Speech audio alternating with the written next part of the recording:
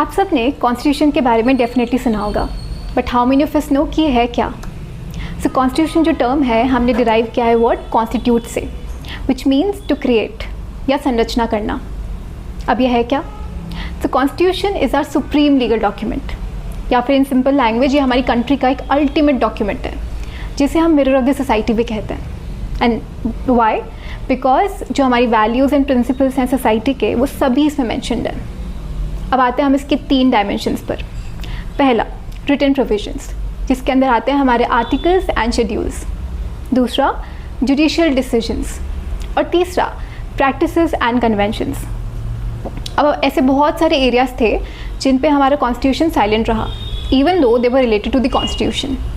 इसलिए हमने बहुत सारी ऐसी प्रैक्टिसेस इवॉल्व कर ली जिन पर हम अभी तक एक्ट करते आ रहे थे। इसका बहुत ईजी एग्जाम्पल है CJI appointment. Before 1982 our constitution was silent on the appointment of CJI, but हमने एक प्रैक्टिस इवॉल्व करी थी कि सीनियर मोस्ट जज of supreme court will be appointed at CJI। However इसका ब्रीच हुआ 1973 में, एंड उसके बाद आया फर्स्ट जजेस केस इन 1982, जिसमें सुप्रीम कोर्ट ने रूलिंग दी कि सीनियर मोस्ट जज of supreme court will be appointed as CJI। अब ये चीज़ें कौन डेवलप करता है? हमारे constitutional functionaries. And constitutional functionaries include our president, governor and supreme court. So now if anybody asks you the question that what is constitution, you can always tell them it's our supreme legal document which mirrors our society.